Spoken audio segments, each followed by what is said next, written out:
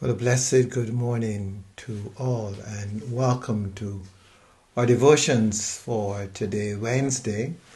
Today is the final day of our Rogation Days.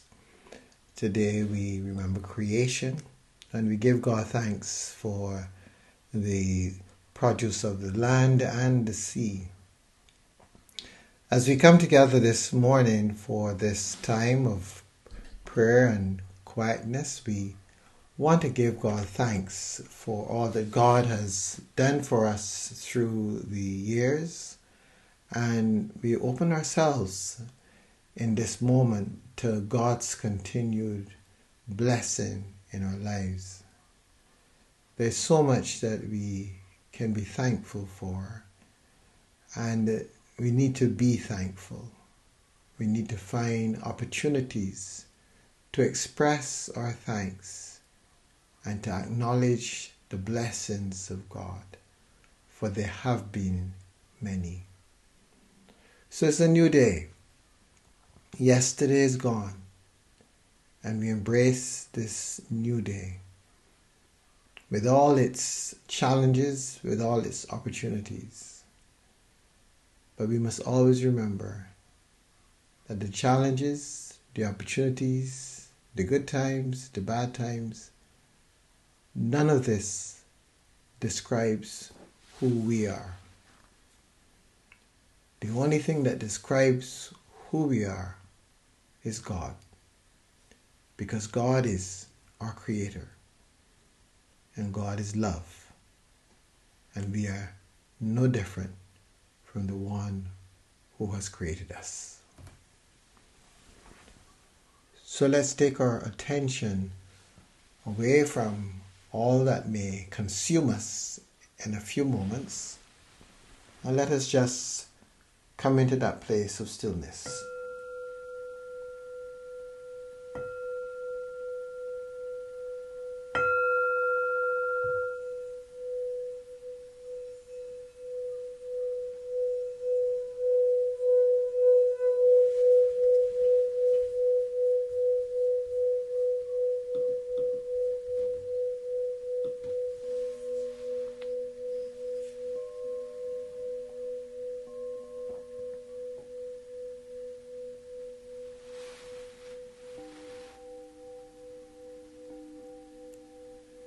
We breathe because our breath reminds us of life. We breathe because our breath reminds us that we exist.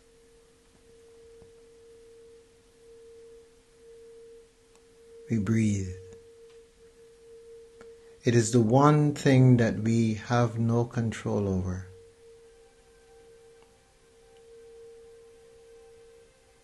We are arranged in such a way that we breathe without thinking. We can hold it. We can prolong it. But we must breathe.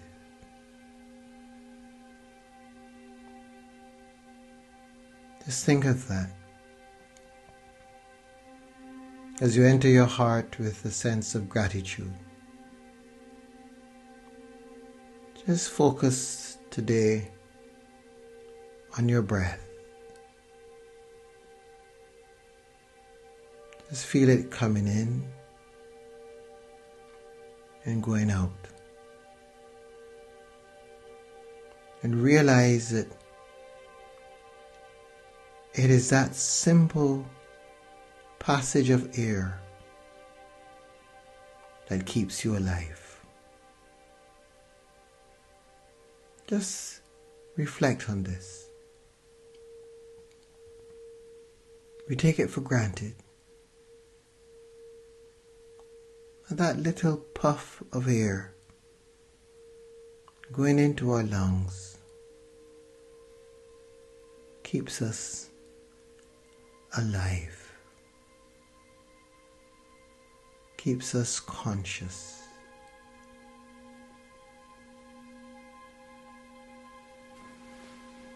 And that air, that breath, that spirit existed long before us, and it will exist long after us. We have arisen out of that air, and for a time we utilize it, but a moment comes when we breathe out one final time.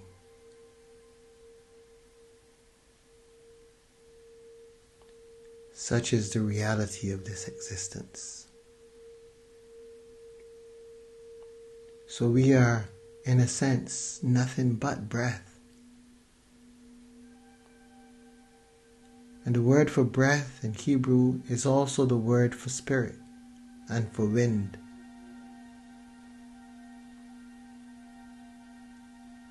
Can't be nailed down, can't be controlled.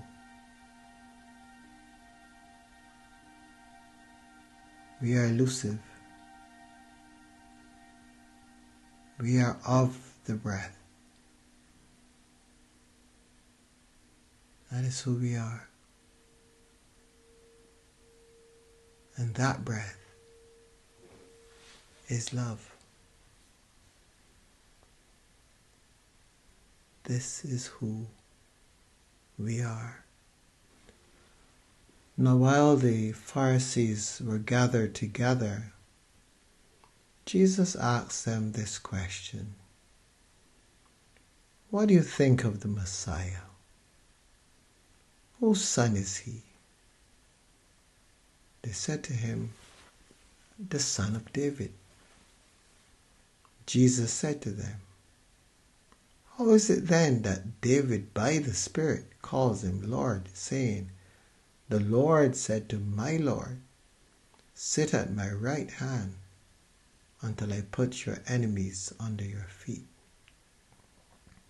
If David thus calls him Lord, how can he be his son? No one was able to give him an answer, nor from that day did anyone dare ask him any more questions.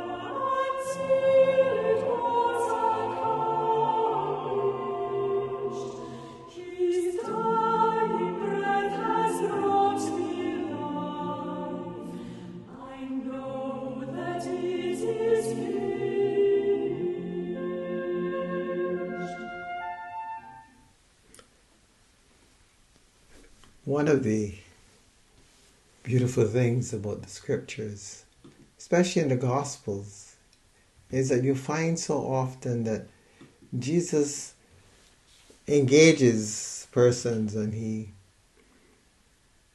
asks them some strange questions, or he responds to something that they ask with a strange kind of answer.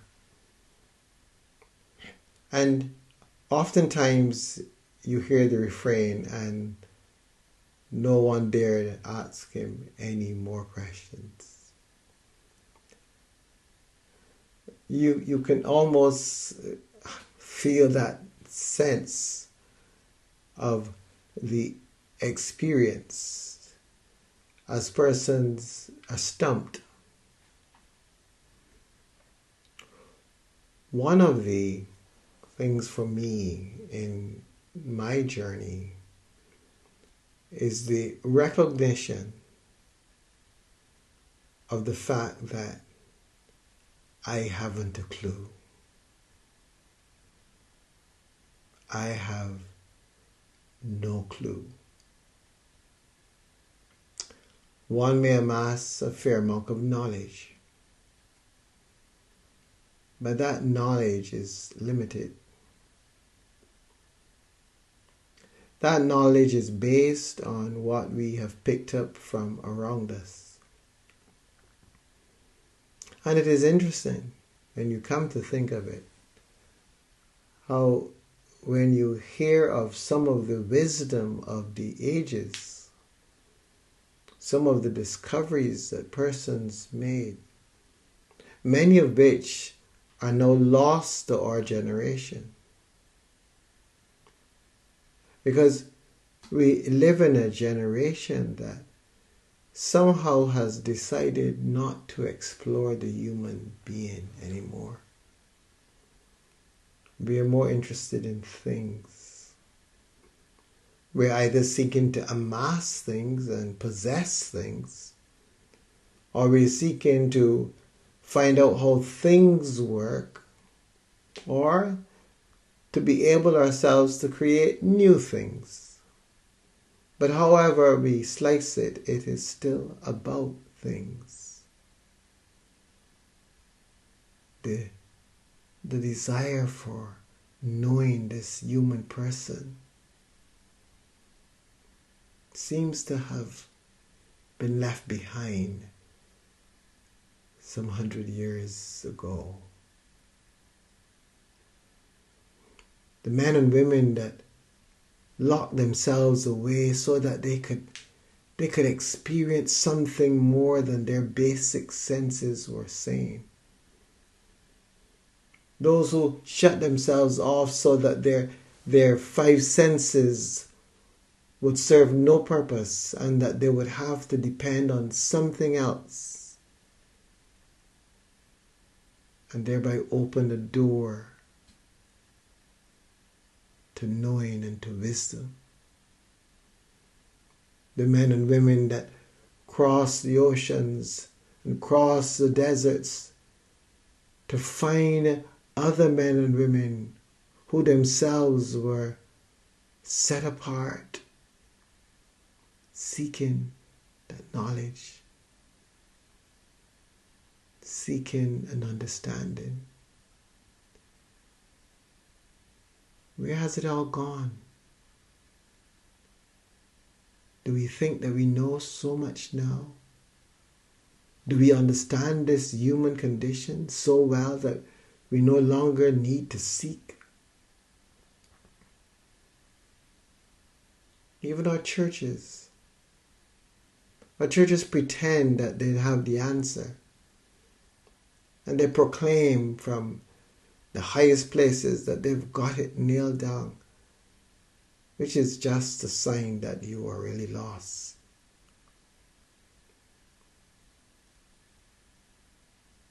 They didn't ask Jesus any more questions because the reality is that this world, this universe is unfathomable. It is huge. What we are dealing with is beyond us. A few are searching and exploring. And most of what we are learning about ourselves and the place we are in this world seems to come from persons who channel the ancestors, channel higher beings, channel angels, channel persons or entities beyond this human condition. Because this human condition is so limited. Where is that desire to know? Where is that desire for the more? To understand this journey and one's place in this journey. Where is that desire? Why aren't we seeing it in our world? Why aren't we seeing it among us? Why is it that we seem to be so lost and that all that we can think of or be concerned about is developing things? We don't need to waste our time developing things. This human self is here, and it would take us lifetimes to be able to answer the questions about this self of ours.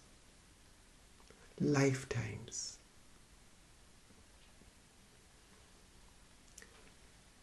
Don't let anyone mislead you. We don't have the answers.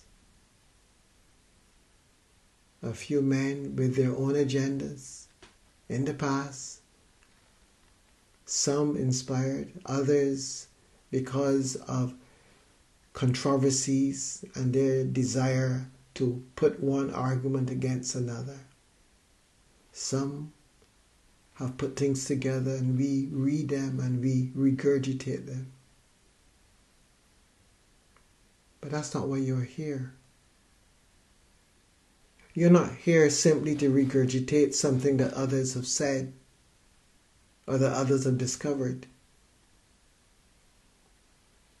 You are here for your own experience.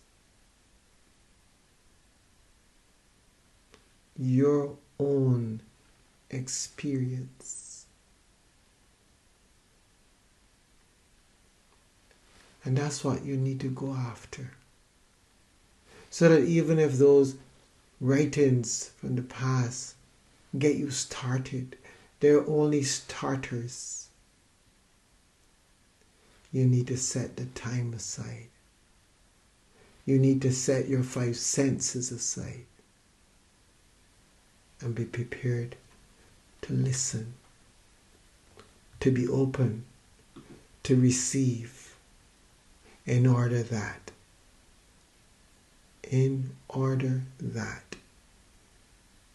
you may know.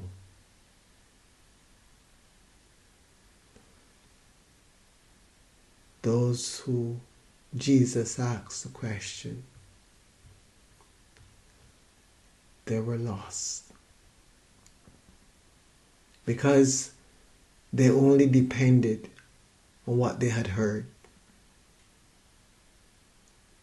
Let's not depend only on what we have heard. Let us use it as a starter,